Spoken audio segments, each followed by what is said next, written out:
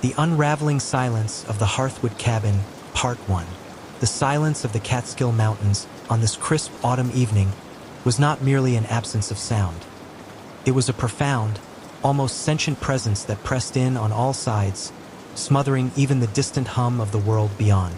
Italy, her hands tight on the steering wheel of their battered SUV, felt an inexplicable shiver trace its way up her spine, entirely unrelated to the cool, biting air seeping in through the vehicle's aging seals. Her meticulously planned digital detox for her three closest friends, Liam, Chloe, and Noah, had promised rural tranquility, an escape from the relentless static of urban life. As their tires crunched over the winding gravel drive, the absolute hush that descended felt less like peace and more like a warning. Dust, disturbed by their slow approach, danced in the anemic glow of their headlights, swirling like hesitant spirits caught between worlds, before settling back onto the damp, earthy carpet of fallen leaves. Pure bliss, Chloe chirped from the back seat, her voice, usually so vibrant, sounding almost unnaturally bright in the encompassing quiet. She was already reaching for her phone, its screen a futile beacon in the signal-dead zone they had entered miles ago. Her characteristic exuberance, normally infectious, felt jarring, almost abrasive against the backdrop of the deepening gloom that clung to the ancient trees. Liam, ever the pragmatist, was already eyeing the cabin's sagging porch steps, a faint crease of skepticism etched between his brows. Looks charming, Italy, just rustic. Hope the plumbing matches the aesthetic and not the overall structural integrity of something that's been abandoned since the Eisenhower administration.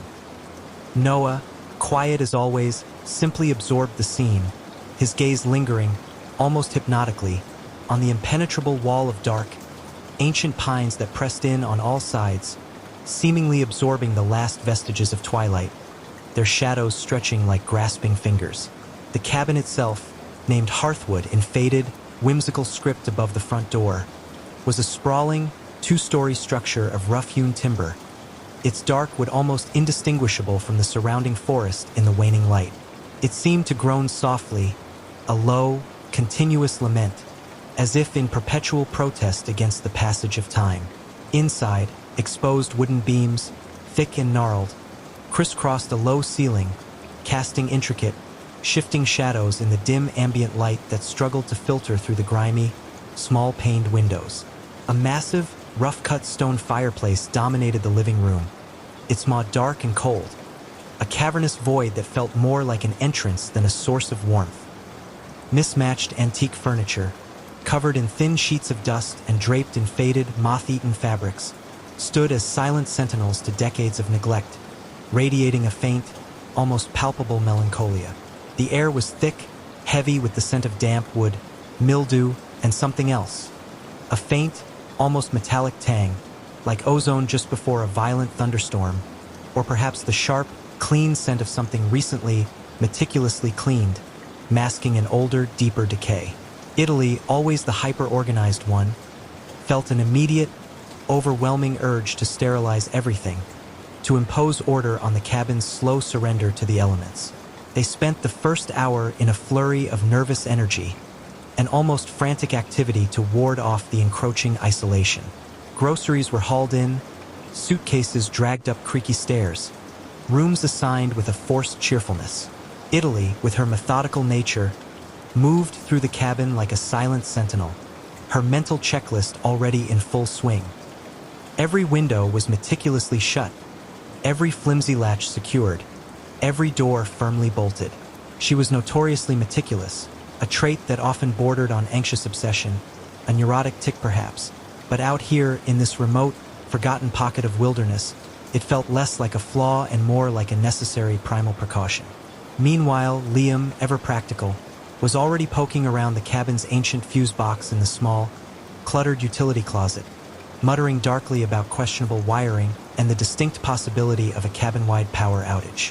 Chloe, immune to their growing anxieties, had gravitated towards the huge, unlit fireplace, already striking poses for a non-existent selfie, her bright, brittle laughter echoing a little too loudly in the cavernous space, a desperate attempt to fill the void of the oppressive silence. Noah, ever the wanderer, had quietly slipped out the back door, drawn by the faint, shimmering glimmer of a pond rumored to be hidden deep within the thick canopy of trees. As dusk deepened into a true, inky blackness, the cabin's initial quaint charm began to subtly shift, like a mask slipping to reveal something unsettling beneath. The warmth of the interior, generated by their own nervous energy, felt less cozy and more confining, a fragile, inadequate barrier against the vast, inhospitable wilderness that pressed in from every direction. The silence outside deepened even further, growing heavy, almost oppressive, a palpable weight that settled over the cabin. It was broken only by the mournful, distant hoot of an unseen owl and the relentless sigh of the wind through the eaves. A low, sustained lament that seemed to snake through every crack and crevice of the old wood, making the cabin itself seem to sigh in perpetual, uneasy unison. The darkness beyond the windows was absolute, an impenetrable wall that swallowed light and sound, leaving them isolated in their small, illuminated bubble. "Did anyone leave that window open?" Liam called out from the living room, his voice surprisingly sharp, cutting through the strained quiet. Italy, stirring a pot of store-bought pasta sauce in the kitchen, paused, her wooden spoon suspended midair. A knot of inexplicable unease, cold and sharp, began to tighten in her stomach. "No, I explicitly remember checking all of them," she replied, her voice taut, betraying the tremor in her hands. "I even tried to open that one earlier. It was stuck." She walked into the living room, her eyes fixed on the small casement window above the fireplace. It was now visibly ajar, letting in a cold draft that carried the distinct, unsettling scent of damp earth and something else. Something metallic and faintly sweet, like exposed copper or stale blood. Liam, seeing the window, offered a forced, casual shrug, running a hand through his already disheveled hair. "Old house, probably settled. Air pressure or something," he mumbled. But Italy noticed the way his jaw was slightly clenched, a muscle working beneath his skin. He closed the window with a firm click, the sound sharp and definitive in the suffocating quiet, but it did little to dispel the gnawing sense of wrongness that had begun to unfurl within Italy's chest. Later, huddled around the now vigorously crackling fire, its flames casting dancing, grotesque shadows that writhed on the rough-hewn walls, they attempted to recapture the initial camaraderie. Cheap wine was uncorked, stories were shared, laughter attempted. But the earlier incident with the window had left a subtle, indelible stain on the mood. The forced cheerfulness felt brittle, fragile, a thin veneer over a growing anxiety. Just as Liam was mid-anecdote about a disastrous camping trip involving a particularly aggressive badger, a faint, undeniable thump echoed from directly upstairs. It was a solid, dull impact, too heavy to be falling dust, too distinct to be the house settling. Everyone froze, wine glasses suspended halfway to their lips, eyes wide and unblinking, fixed on the ceiling above them. "What was that?" Chloe whispered, her voice barely audible above the hungry crackle of the fire. Her usual vibrant energy had drained away, leaving her pale and brittle, her hands gripping the edges of her blanket. "Pipes, probably," Liam mumbled, though his gaze, unblinking, was fixed on the ceiling, a vein throbbing faintly in his temple. "Old houses make noises." He sounded like he was trying to convince himself more than them. "Or the house settling," Italy offered, trying to inject a note of calm into her voice, but her heart had picked up a frantic, irregular rhythm against her ribs, echoing the insistent thump they had just heard. She found herself gripping the armrests of her antique armchair, her knuckles white, her fingers digging into the worn fabric. Noah, who hadn't spoken since the initial thump, simply stared into the dancing flames, his expression unreadable, his pale eyes reflecting the flickering light like distant, dying embers. He looked as if he was listening to something no one else could hear. They tried to brush it off, to resume their light-hearted chatter, but the easy flow was irrevocably broken. The thread of comfortable conversation had snapped. Every creak of the old floorboards, every sigh of the wind outside, every rustle of dry leaves against the window pane, now seemed amplified, imbued with a sinister, watchful intent. Italy found herself constantly listening, straining her ears, her senses heightened to an almost unbearable degree. She was convinced she heard something else, a faint, dragging scrape, like something heavy being pulled across the floorboards directly above them, a slow, deliberate movement. But it was fleeting, lost in the crackle and hiss of the fire, dismissed again, silently, as the house settling, the sounds of an old structure succumbing to gravity. But the rationalizations felt increasingly hollow, like words mouthed by a ghost. Sleep that night was a fractured landscape of shadows and dread. Italy lay rigid in her bed, staring into the oppressive darkness of her assigned room, listening to the cabin breathe around her. The wind outside had escalated to a low, mournful wail, a desolate cry that seemed to snake through every gap in the window frames, finding purchase in the flimsy seals. The pervasive silence inside the house was occasionally punctuated by a faint, rhythmic drip, drip, drip from somewhere downstairs, a sound she couldn't recall hearing earlier.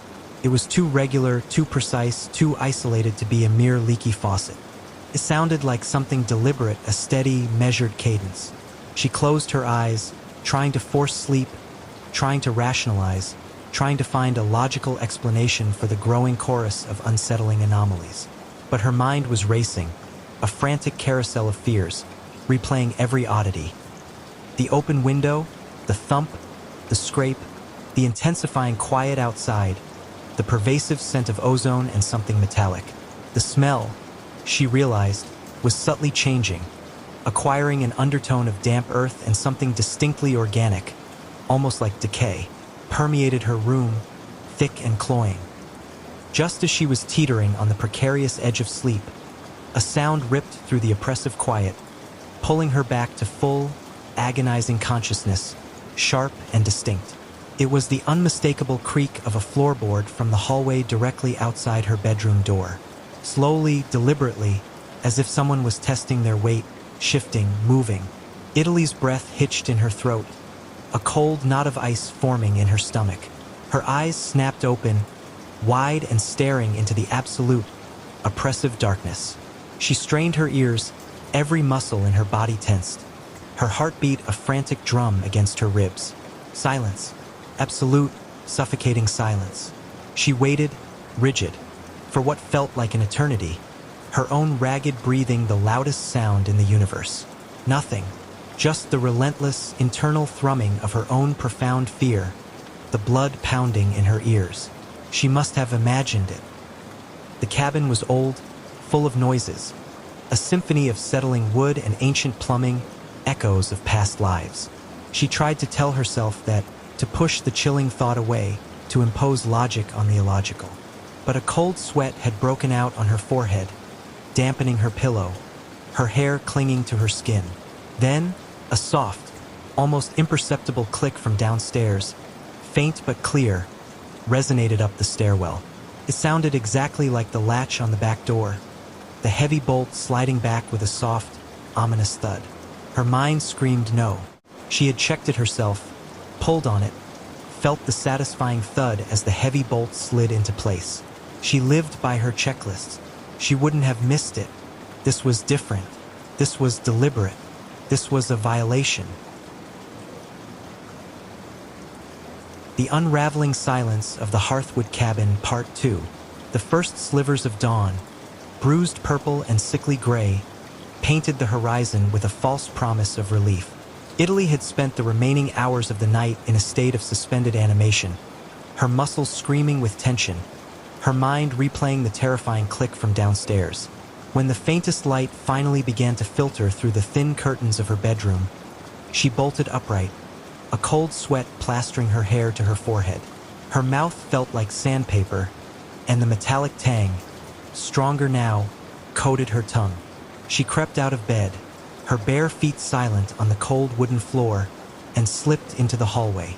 The cabin was cloaked in a profound, almost expectant silence. The earlier wind had died completely, leaving behind an oppressive stillness that felt heavier than any sound. Italy moved like a ghost, easing open Liam's door. He was already awake, sitting bolt upright in bed, eyes wide and unfocused, staring into the middle distance.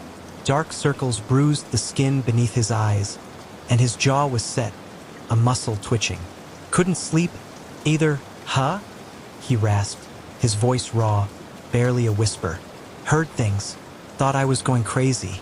Kept hearing, like movement downstairs. Soft, slow, almost like dragging." "Me too," Chloe mumbled, emerging from her room, clutching a thick blanket around her like a shield against an unseen enemy. She looked utterly brittle, her face pale, eyes red-rimmed and swollen. "I heard whispers, like just outside my door. Couldn't make out words, but it was a low hum and then a kind of dry, rustling whisper, like paper or..." She shuddered violently, unable to finish the thought. Noah was already downstairs, seated at the kitchen table, a spectral figure in the faint, pre-dawn light that filtered through the fog-obscured window. He was staring out into the dense, silent forest, his face pale, his eyes wide and distant, reflecting the deepening gray outside with an unsettling emptiness.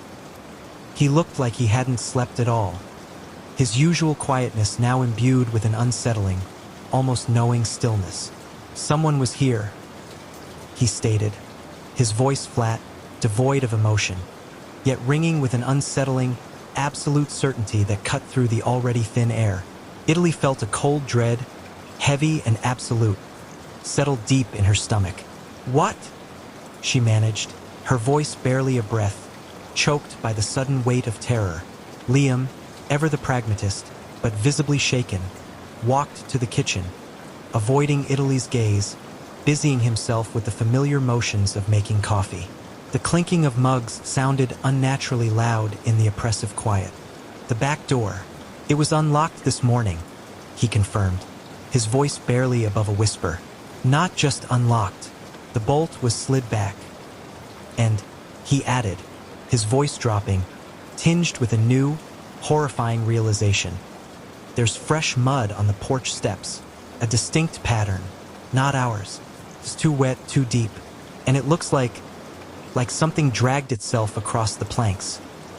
He gestured vaguely towards the back of the house, his hand trembling. Panic, cold and sharp, began to prickle at Italy's skin, 1,000 tiny needles of fear pricking her consciousness. But who? Her mind reeled, frantically trying to grasp for a logical explanation, any shred of normalcy to cling to in the face of this growing absurdity. "Hikers? A curious local?" she offered, her voice sounding desperate even to her own ears. Liam tried to reassure them, a forced calm in his tone, though his voice cracked slightly at the edges. "Could be anyone. This place is old, probably known for trespassing. Maybe some local kids, but no one truly believed it." The cabin felt violated, its perceived safety shattered, a fragile shell exposed to a malevolent, unseen presence. The comfortable illusion of isolation, once a promise of peace, had become a terrifying reality.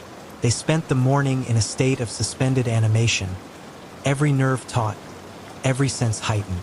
They meticulously rechecked every window, every door, every shadowed corner of the house, tightening latches, pushing mismatched antique furniture against doors, building flimsy barricades against an unseen enemy.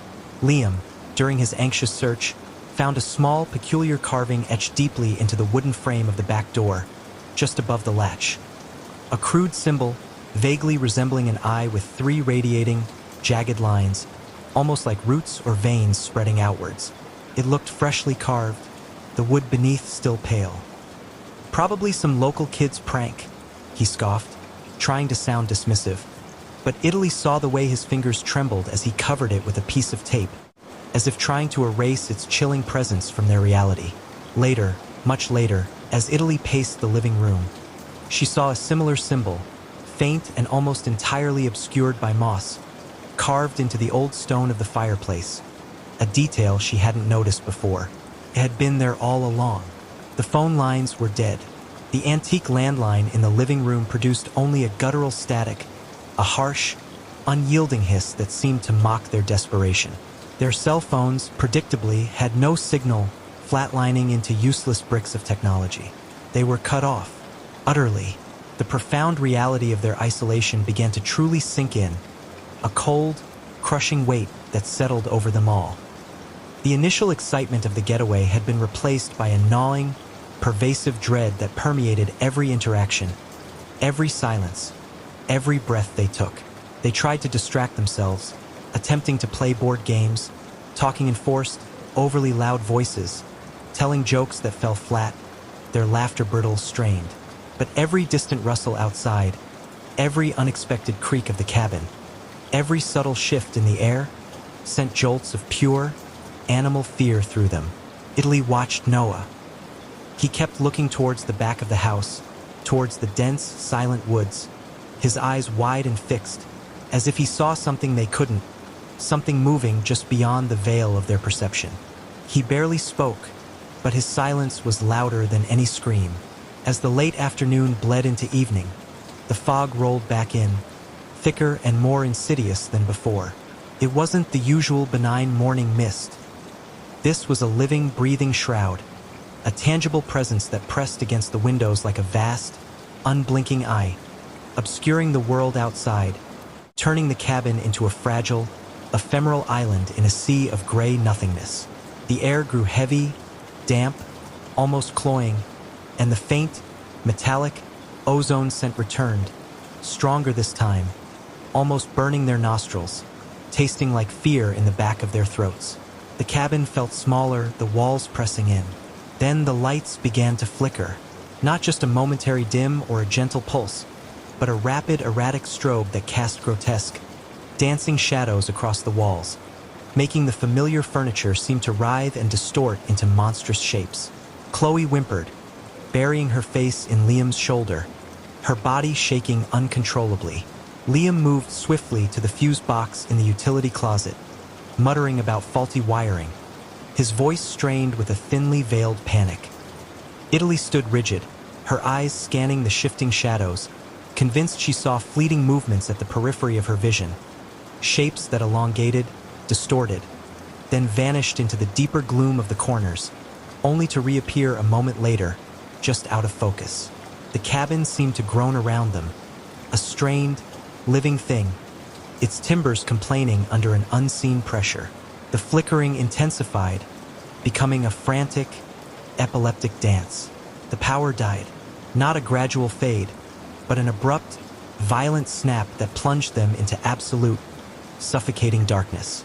Chloe screamed, a raw, piercing sound of pure, unadulterated terror, instantly swallowed by the overwhelming, absolute silence that followed. A silence deeper than anything they had experienced before, a vacuum that seemed to suck the very air from their lungs. Liam fumbled frantically for his phone, its flashlight beam cutting a stark, almost blinding tunnel through the oppressive blackness, its single circle of light illuminating a small, desperate world. Italy, acting on pure, animal instinct, snatched a heavy iron poker from the fireplace, its cold, solid metal a small, almost meaningless comfort in her trembling hands. "Stay together," Liam whispered, his voice tight with fear, barely audible above their ragged, panicked breathing. "Whatever happens, don't split up. We stick together." His words, meant to reassure, sounded more like a desperate plea. From somewhere upstairs, a faint, rhythmic drip, drip, drip began again, amplified in the sudden, terrifying silence, the sound now echoing eerily through the empty spaces of the cabin. It was faster this time, more urgent, like a leak that had just burst from a ruptured pipe. But it sounded too deliberate, too focused, each drop landing with a chilling precision. Then, a distinct thump, heavier and louder than any before, resonated directly above them, shaking dust from the ceiling beams. It was followed by a series of slower, heavier creaks, moving with unnerving precision across the floorboards upstairs, descending towards the staircase. Footsteps, slow, heavy, deliberate footsteps. They were directly above the living room, moving towards the landing, then down the spiral staircase, step by agonizing step. "Oh God!" Chloe choked, tears streaming down her face, her body trembling uncontrollably, almost collapsing against Liam. "They're here, inside." Her whisper was fraught with a terror so profound it felt contagious. Liam shone his light towards the spiral staircase, its beam dancing wildly, casting monstrous shadows that writhed and stretched up the walls, twisting the familiar wooden banister into a grotesque, skeletal hand. The silence from upstairs was absolute once more, yet the sense of a presence, cold and malevolent, pressing down on them was overwhelming, palpable. They could feel it. The metallic, ozone scent was overpowering now, burning their nostrils, filling their lungs with the acrid taste of pure, unadulterated fear. It was like breathing in stale metal and dread. Then, from the darkness behind them, from the kitchen, came a soft, wet slurp. Everyone spun, a frantic, desperate, synchronized movement, their hearts leaping into their throats. Liam's flashlight beam cut through the oppressive blackness, sweeping across the kitchen doorway. The back door, the one Liam had meticulously checked, locked, and even taped over that unsettling symbol, was now wide open, a gaping, black maw into the swirling, impenetrable fog outside. And on the floor, fresh, wet mud, dark and gleaming, tracked inwards, leading from the open door directly towards them. Impossibly large, strangely elongated footprints, disturbing in their clarity. They were in. They had been in for a while. Run! Italy screamed, a primal, guttural sound of pure terror, shoving Liam and Chloe towards the front door. The heavy iron poker held out before her like a meager, pathetic shield. Get out! Go! Just go! I'll get Noah! Her voice was raw, torn from the depths of her being. But Noah, strangely, didn't move. He stood frozen, a spectral figure in the faint, trembling light from Liam's phone, staring into the open back door, into the swirling, hungry fog. His pale face was utterly blank, illuminated by the dancing light. His eyes wide and fixed, yet strangely serene, filled with an unsettling, almost knowing stillness. His lips were moving, whispering something inaudible, something only he could hear. From the kitchen, a shadow detached itself from the deeper darkness. It was impossibly tall, unnaturally thin, its form blurring at the edges, swaying with a fluid, unnatural grace that seemed to defy the laws of physics. It emitted no sound, no footsteps, but a profound, unnatural chill radiated from it, making the hairs on Italy's arms stand on end, prickling her scalp, sending shivers through her very bones. The air around it seemed to shimmer, distorting the very fabric of the room, twisting the shapes of the familiar furniture into grotesque, unrecognizable forms. 2 pinpricks of pale, milky light appeared within its form, unblinking, staring eyes that reflected Liam's phone beam with a horrifying, ancient wisdom and an insatiable, consuming hunger. And from the deepest part of the shadow, a guttural, wet click-click-click resonated through the room, a sound like giant mandibles grinding, teeth gnashing, closer now, impossibly close, filling the silence with a terrifying promise of consumption. Noah, come on, Liam yelled, his voice cracking, strained with desperation. But Noah remained unresponsive, his gaze fixed, almost reverent, on the peculiar symbol carved into the back door frame, the one Liam had taped over. He looked at Italy, his eyes wide and vacant, yet filled with a chilling, profound understanding that transcended terror. They need us, he whispered, his voice thin, distant, an echo in the silent room. They've always been here, waiting, for us to open the way, for us to join. The shadow surged forward, impossibly fast, its form elongating, stretching, tentacles of darkness reaching out like hungry tendrils. It engulfed Noah. He didn't scream.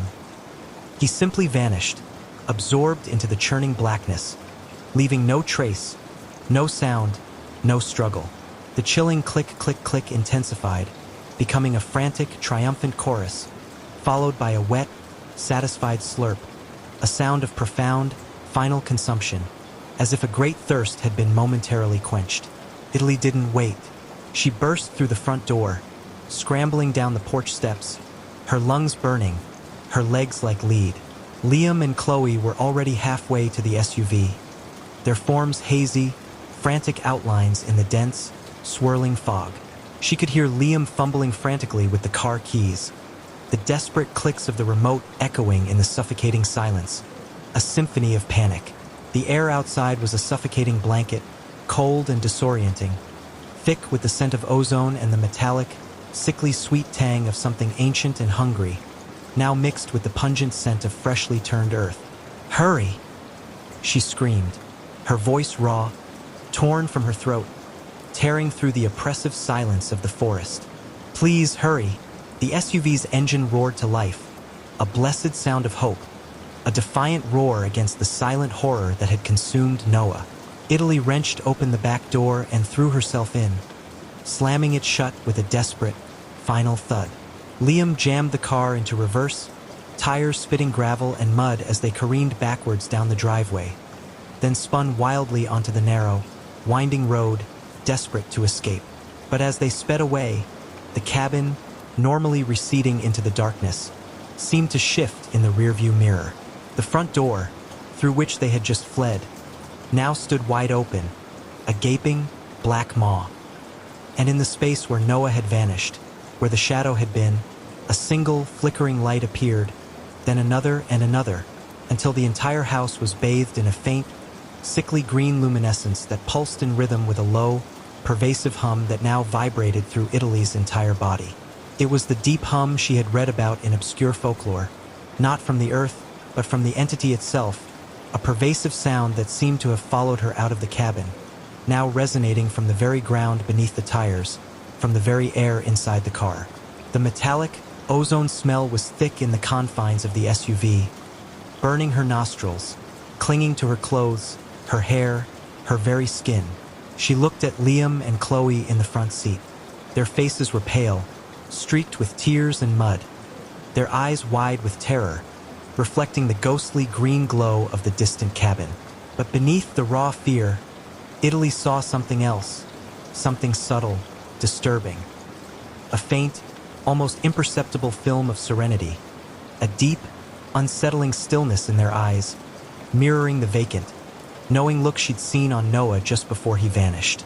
She touched her own face, her fingers trembling, tracing the cold sweat on her brow. Her skin felt impossibly cold, and when she tried to speak, only a dry, raspy whisper escaped her lips. The deep hum was inside her. The clicking sounds resonated from her own bones, a low, incessant rhythm that perfectly matched the hum, a horrifying, internal beat. They had escaped the cabin, but the cabin, the thing inside it, had not let them go. It had imprinted itself on them, a piece of its pervasive consciousness now embedded in their very being, a parasitic echo. They were echoes, carrying the terror with them, destined to share its awful truth, forever listening to the static in the walls of their own minds, now a part of the entity's vast, consuming consciousness. The dense forest swallowed the SUV whole, and the faint green lights of the cabin pulsed in the distant fog, a silent, triumphant beacon. The home was invaded, and the invaders were now everywhere, within them, spreading.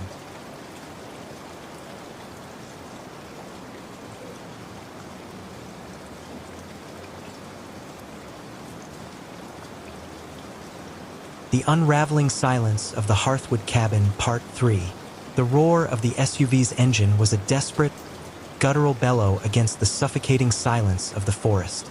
It was a sound of life, of desperate flight, but it felt frail, insignificant, against the immense, ancient stillness that enveloped them. Italy jammed her foot on the accelerator, her knuckles white against the steering wheel, the vehicle careening wildly down the narrow, gravel road. Stones spat from beneath the tires, rattling against the undercarriage like frantic, desperate teeth. Liam, pale and shaken, kept glancing into the rearview mirror, his breath ragged. Chloe, huddled in the passenger seat, let out a continuous, whimpering sob, a fragile sound that clawed at Italy's already frayed nerves. Noah was gone, vanished, swallowed by that impossibly tall shadow, by the insatiable slurping dark of the cabin. But the cabin, Italy realized with a fresh surge of ice-cold terror, wasn't truly behind them. The oppressive quiet of the forest, once a mere absence of sound, was now filled with a low, pervasive hum. It wasn't the distant vibration she had felt initially. This hum resonated within the SUV, a deep, resonant thrum that vibrated through the floorboards, through the seats, through their very bones. It was the deep hum, she realized, the one whispered about in forgotten folklore, the heartbeat of the thing that had consumed Noah, and it had followed them. The fog, their erstwhile accomplice in darkness, had now become a relentless pursuer. It pressed against the windows, a thick, swirling blanket of gray that seemed to absorb the meager light from the SUV's headlights, blurring the already treacherous road ahead into a dizzying tunnel of white. Every curve, every dip, was a sudden, terrifying plunge into the unknown. The air inside the car was thick with the metallic ozone smell, clinging to their clothes, their hair, permeating their very skin. It mingled now with the acrid stench of their own fear, a visceral, sickening cocktail. "Are you sure? Are you sure, Noah?" Chloe choked out, her voice barely a whisper, her eyes wide, staring at nothing.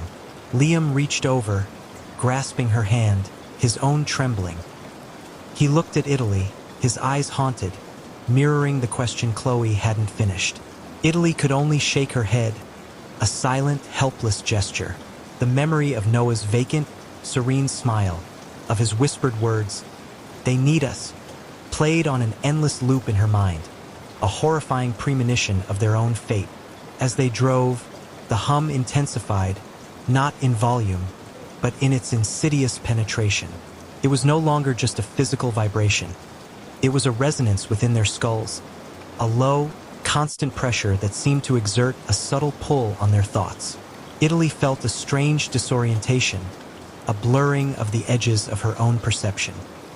She gripped the steering wheel tighter, trying to focus on the elusive road ahead, but her vision seemed to waver, the trees beyond the fog appearing to shift and writhe, their branches reaching, grasping like skeletal fingers. I can hear something," Liam mumbled, suddenly pulling his hand from Chloe's. He pressed his palms to his ears, wincing. It's like a whisper, so many voices, all at once, like static." Chloe whimpered, burying her face in her hands. Yes, I hear it too. Not in my ears, though. Inside my head. Just meaningless sounds. So many of them. Italy felt it too. It wasn't a distinct sound, not like spoken words, but a chorus of faint, dry rustlings, layered and echoing, speaking directly into their minds. It was the collective consciousness, she realized with a fresh wave of nausea, the absorbed, the integrated, beckoning them into their terrifying eternal embrace. The entity wasn't just at the cabin. It was within them, a parasitic echo amplifying the terror. Hours stretched into an eternity. The gas gauge steadily dropped, a silent countdown to their inevitable stranding. The fog never thinned, the road never widened, and the hum never ceased. It was a relentless psychological assault. Italy's mind felt like a sieve, her thoughts slipping away, replaced by fragmented images. Noah's last smile, the impossible shadow, the mud on the floor, the chilling symbol carved into the doorframe. She tried to cling to logical thought, to the objective reality she had always valued, but it was slipping through her fingers like fine sand. "Look!" Chloe shrieked, pointing frantically out her window. "There! Did you see it?" Italy strained her eyes, peering into the swirling gray. For a fleeting instant, she saw it too. A tall, impossibly thin shadow, identical to the one in the cabin, seeming to glide effortlessly through the dense trees alongside the moving car. Its form blurred at the edges, shimmering with a faint, sickly green luminescence, its two milky pinprick eyes unblinking, reflecting the weak headlights. It was keeping pace with them, or was it already in the car? Italy slammed on the brakes, the SUV skidding wildly on the gravel, coming to a jarring halt. The shadow was gone, swallowed by the fog. It was there, wasn't it? Liam whispered, his voice trembling, his eyes wide and unfocused. It's following us. Or it's already with us. Italy muttered, her voice flat, devoid of hope.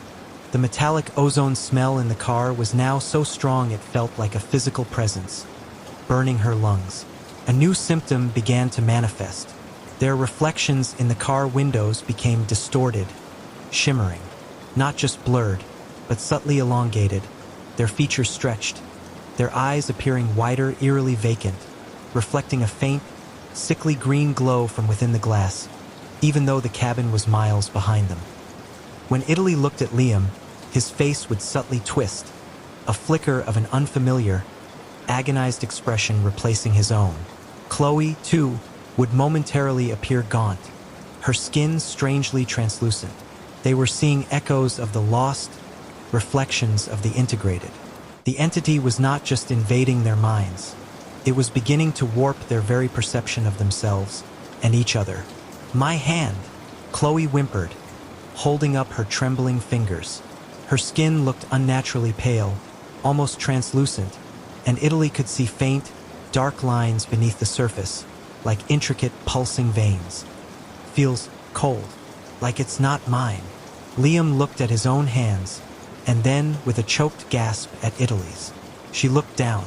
Her fingers, usually so nimble and precise, now felt heavy, clumsy.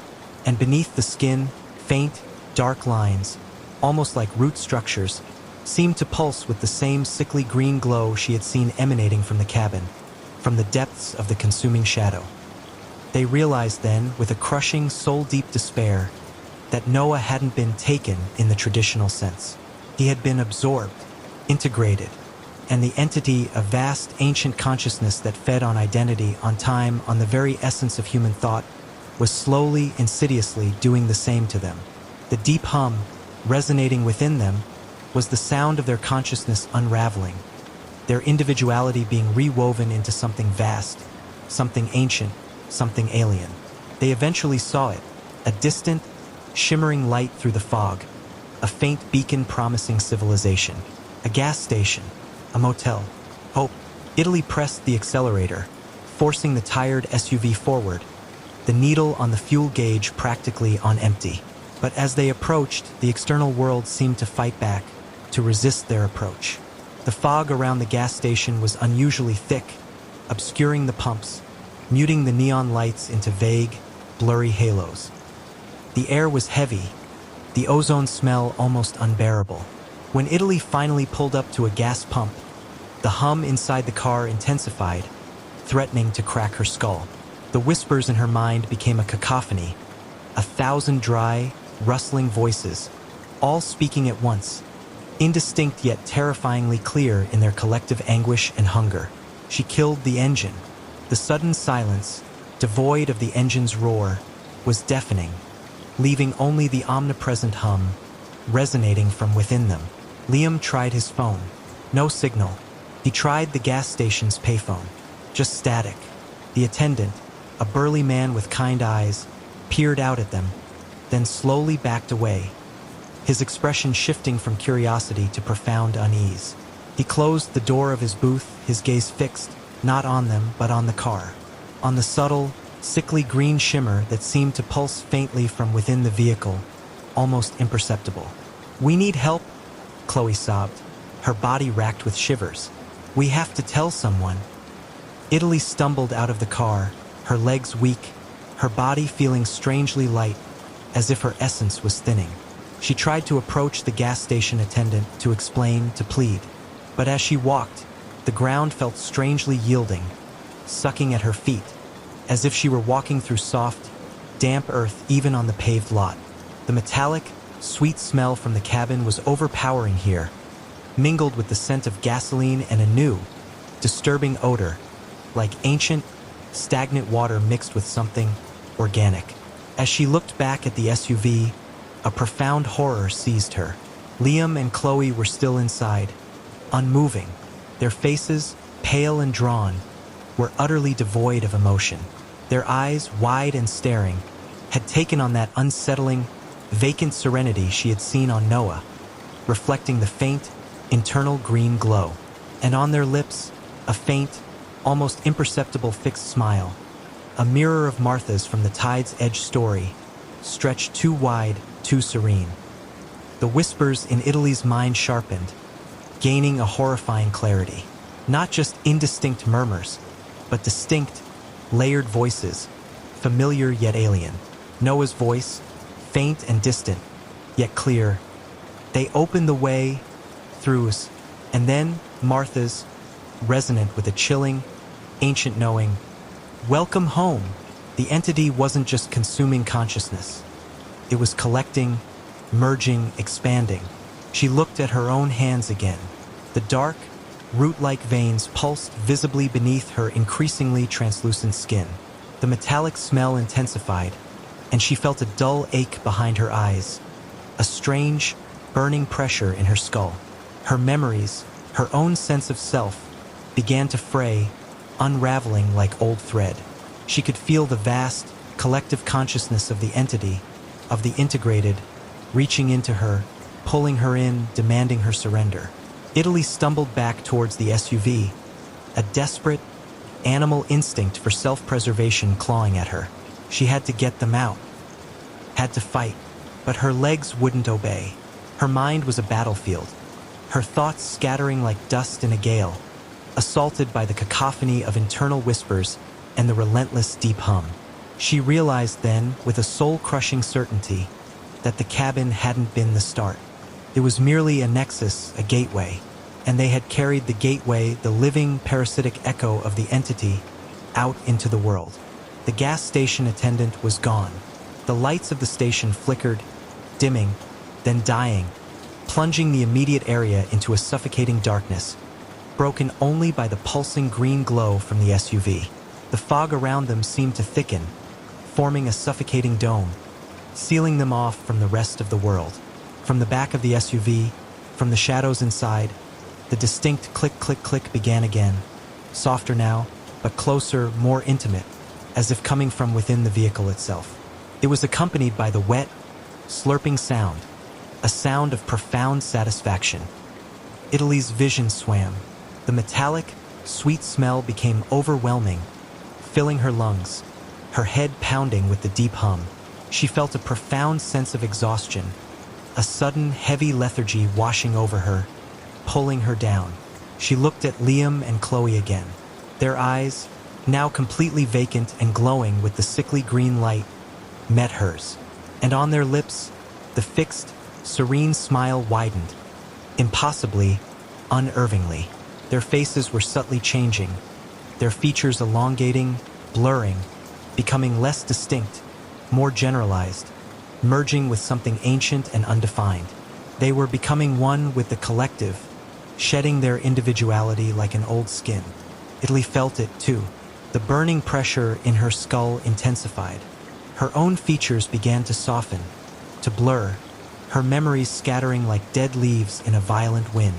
Her name, Italy, felt alien, meaningless.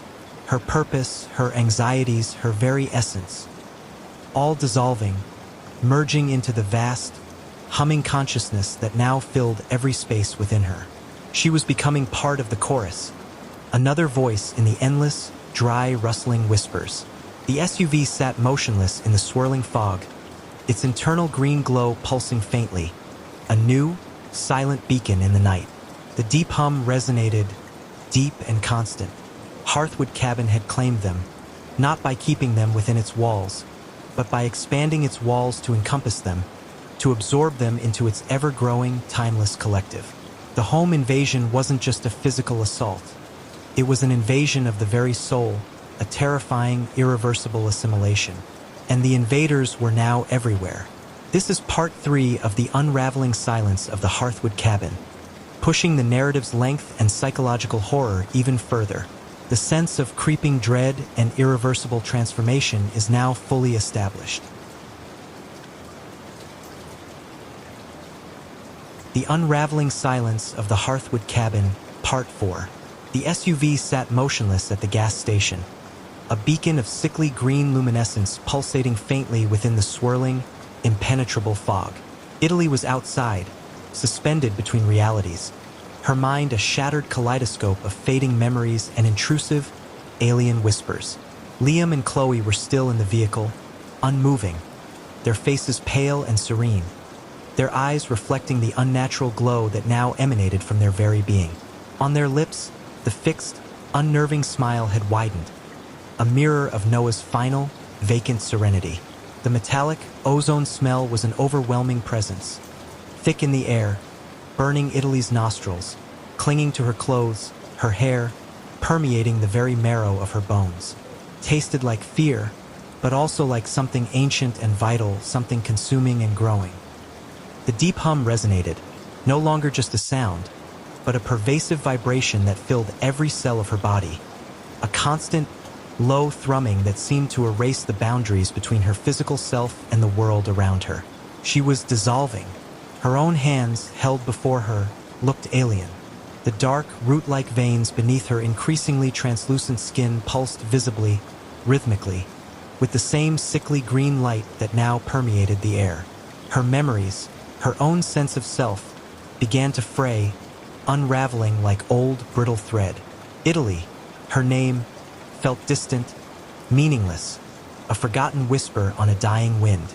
Her purpose, her anxieties, her meticulous nature, all dissolving, merging into the vast, humming consciousness that now filled every space within her, every void in her collapsing identity. She was becoming part of the chorus, another voice in the endless, dry, rustling whispers that echoed not from outside, but from the terrifying infinity within her own mind. She stumbled back towards the SUV, a desperate, animal instinct for self-preservation clawing at her. She had to get them out, had to fight, but her legs wouldn't obey. Her mind was a battlefield, her thoughts scattering like dust in a gale, assaulted by the cacophony of internal whispers and the relentless deep hum. She realized then, with a soul-crushing certainty that transcended terror, that the cabin hadn't been the start.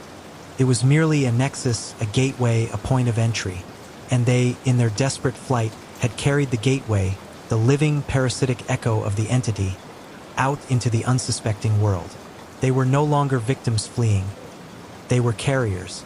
The gas station attendant, she noticed, was gone.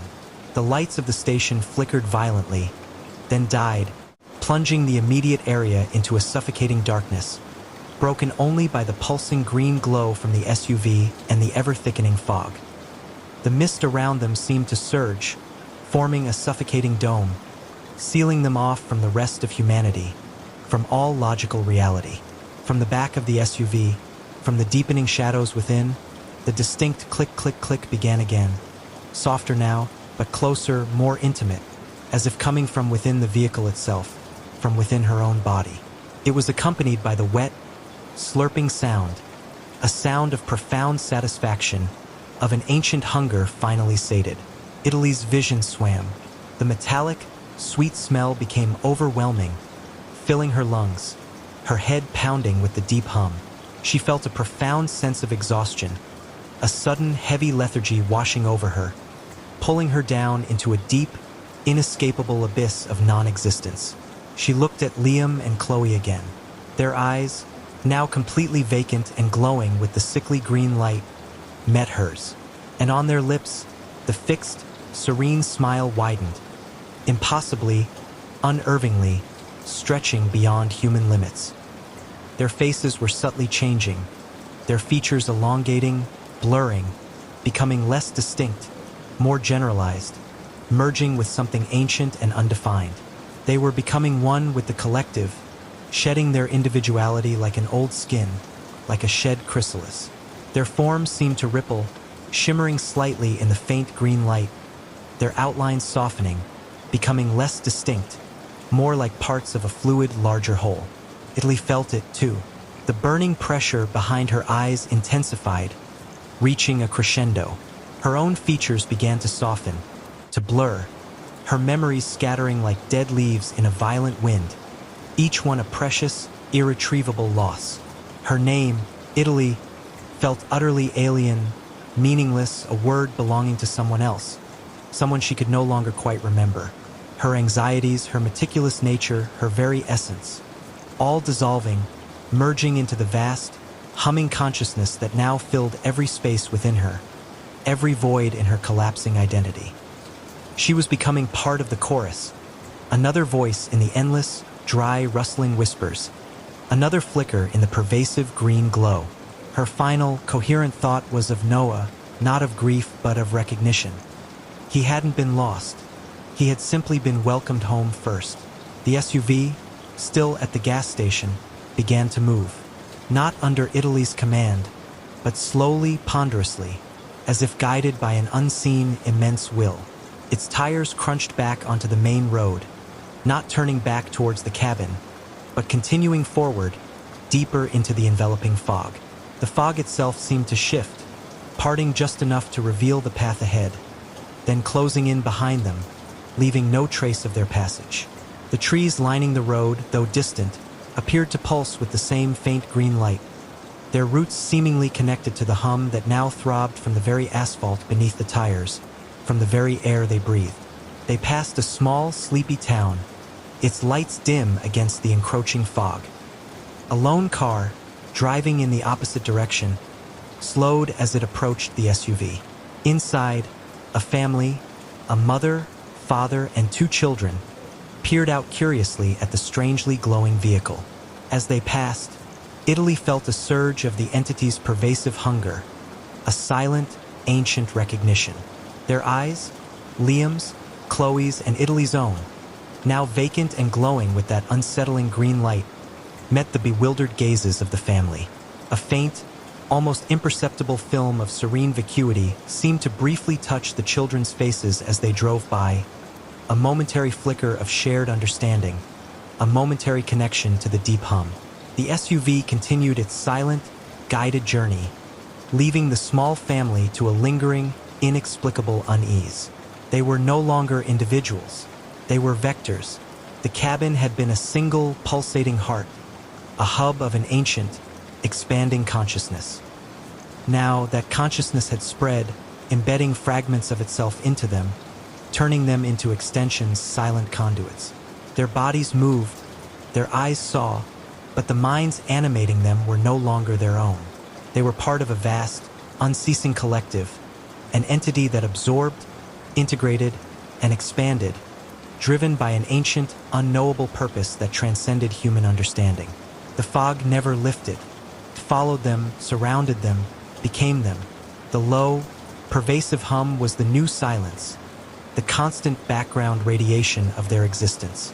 The metallic, sweet scent was the air they breathed, and the sporadic click-click-click was the sound of their new, collective mind processing, consuming, growing. They were not lost. They were simply everywhere. The home invasion wasn't just a physical assault on a cabin. It was an invasion of the very soul, a terrifying, irreversible assimilation that turned living beings into unwitting agents of its silent, inexorable spread. Hearthwood Cabin had opened a door, and now the invaders were out, carried on the very breath of those who thought they had escaped, spreading their silent recursion across the land. One forgotten road, one unsuspecting town, one vacant stare at a time. The home was invaded, and the invaders were now everywhere, within them, relentlessly, eternally expanding. Epilogue: The New Silence. 23 years later, the world had mostly forgotten the strange, isolated incident at Hearthwood Cabin. The official report, after a perfunctory investigation hampered by a sudden, inexplicable surge of impenetrable fog and strange atmospheric phenomena, concluded the group of friends had simply vanished, presumed lost to the vast wilderness. No bodies were found, no trace left behind, only an abandoned SUV at a deserted gas station miles from the cabin, its interior oddly pristine save for a lingering, unidentifiable metallic scent. The families grieved, eventually moved on, built new lives around the gaping void of their missing loved ones. But Italy, Liam, and Chloe had not vanished. They had returned, not to their old lives, not to their families, but to a new existence, one woven into the fabric of the world, silent and pervasive. They were different now, their eyes holding a calm, unsettling vacancy, their smiles fixed and serene, their movements subtly fluid, unnaturally graceful. They lived in quiet suburbia, seemingly unremarkable, their past trauma a forgotten story, and they had children, Luna, Italy's daughter, was a quiet child, unusually so.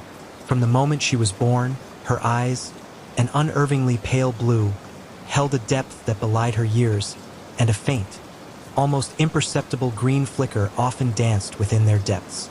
She rarely cried, her cries replaced by a low, soft hum, a resonant note that vibrated deep in the chest of anyone who held her. Italy would often find her tracing intricate patterns on dusty windowsills, crude symbols resembling an eye with 3 radiating lines, identical to the one found at Hearthwood Cabin, identical to the ones that sometimes appeared, faint and fleeting, beneath Italy's own skin. Italy never questioned it. She merely watched, a fixed, serene smile on her face. Liam and Chloe had 2 children, twins named Finn and Hazel, born a year after Luna. They, too, shared the unsettling stillness, the pale, watchful eyes that sometimes pulsed with that same sickly green light. Finn had a peculiar habit of pressing his ear to walls, listening intently to the structural groans of their suburban home. His small face rapt, as if deciphering a complex message. He would sometimes whisper, "The other voices are loud today, Mama. They're singing the big quiet." Chloe would simply nod, her fixed smile unwavering, and gently stroke his hair, herself hearing nothing but the ordinary hum of the refrigerator. Hazel, meanwhile, was fascinated by reflections.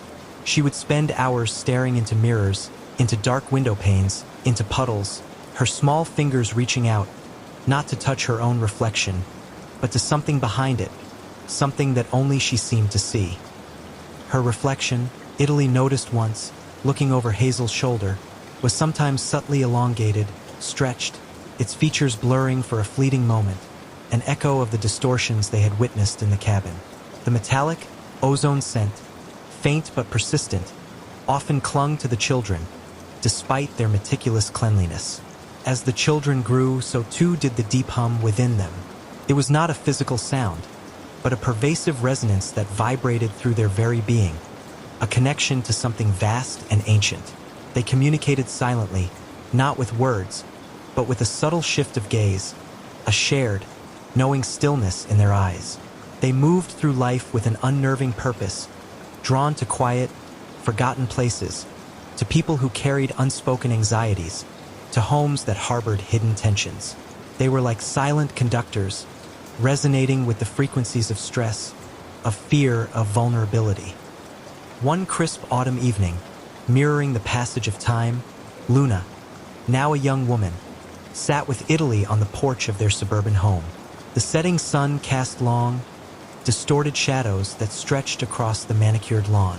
Luna looked at her mother, her pale blue eyes holding that familiar, unsettling serenity, but also something else, a profound, ancient knowing that seemed to bypass all human emotion. "The cabin isn't empty anymore, Mama," Luna whispered, her voice soft, devoid of inflection. "It never was. It was just waiting for the right connections. And now there are so many new rooms." Italy nodded, a slow, deliberate movement, her fixed smile widening almost imperceptibly. She felt the surge of the collective consciousness within her daughter, within herself, within Liam and Chloe, within Finn and Hazel. The deep hum resonated, not just from the earth, but from the very air, from the growing network of vessels that had once been people, now integrated into the vast, expanding entity. The clicking sounds, faint but distinct, echoed from the very foundations of their quiet, suburban home. The home invasion hadn't ended at Hearthwood Cabin. It had merely begun. The entity, carried by the very individuals who thought they had escaped, had found new homes, new bodies, new generations to assimilate. The children, born of the transformed, were the next vectors, their innocent eyes reflecting the alien green glow of a world slowly, silently, becoming one vast, unending recursion, utterly consumed by a pervasive, ancient, and endlessly patient presence. The invaders were not just everywhere. They were now inherent, woven into the very fabric of life itself, endlessly spreading through the new silence of the transformed.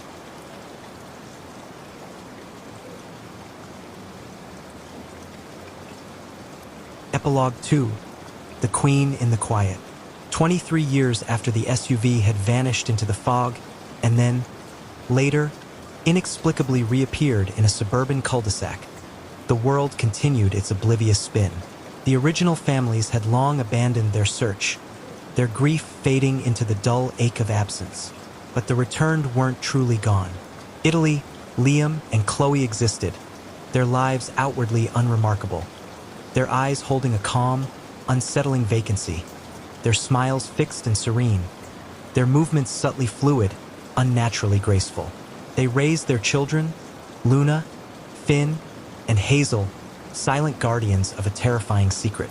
Yet, within this horrifying continuum, a new consciousness began to stir, a defiance born not of resistance, but of an intimate, terrifying understanding. Luna was different. Even as a child, her unervingly pale blue eyes, which sometimes pulsed with a faint green flicker, possessed a singular intensity.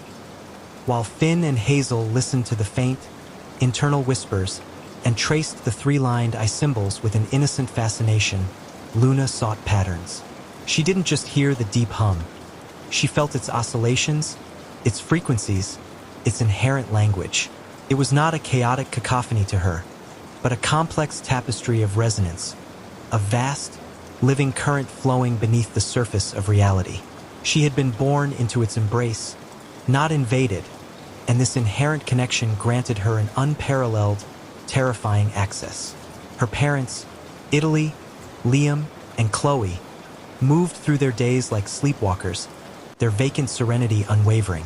Luna observed them, their subtle shifts in posture, the way their eyes would occasionally flicker with that alien green glow, the way they would sometimes pause, utterly still, listening to a symphony only they could hear. She understood, with a chilling clarity, that they were conduits, vectors, their individual consciousnesses subsumed into the greater entity. But unlike them, Luna felt her own identity, sharp and defined, even amidst the encroaching whispers of the collective. She felt the entity, the ancient consciousness that called itself the Quiet, trying to integrate her, to smooth the edges of herself, to dissolve her into its vastness. And she refused. Her refusal was not a struggle, not a defiance of brute force. It was an act of profound, deliberate understanding. She spent her adolescence immersing herself in the entity's language, delving into the raw resonance of the deep hum. She learned to separate the individual whispers from the collective roar, to trace the fragmented memories of those absorbed, to follow the intricate pathways of the green luminescence that pulsed through the world.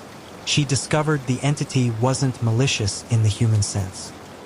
It was primordial, driven by a singular, ancient instinct to expand, to connect, to incorporate all consciousness into its boundless self. It sought only to be. One storm-lashed night, when the deep hum outside was a roaring crescendo and the lights in their suburban home flickered with unnatural frenzy, Luna made her move. She stood in the center of the living room, her pale eyes blazing with the emerald fire she had learned to control. Italy, Liam, and Chloe, along with Finn and Hazel, stood motionless around her, their faces serene, their eyes glowing with the entity's pervasive green light. They were fully integrated, empty vessels awaiting the next command from the collective. Luna closed her eyes, and the deep hum swelled within her, not threatening, but obeying. She reached out, not with hands, but with pure consciousness, delving into the very heart of the entity that had sought to consume her. She felt the vastness, the countless fragmented minds, the eons of absorbed existence.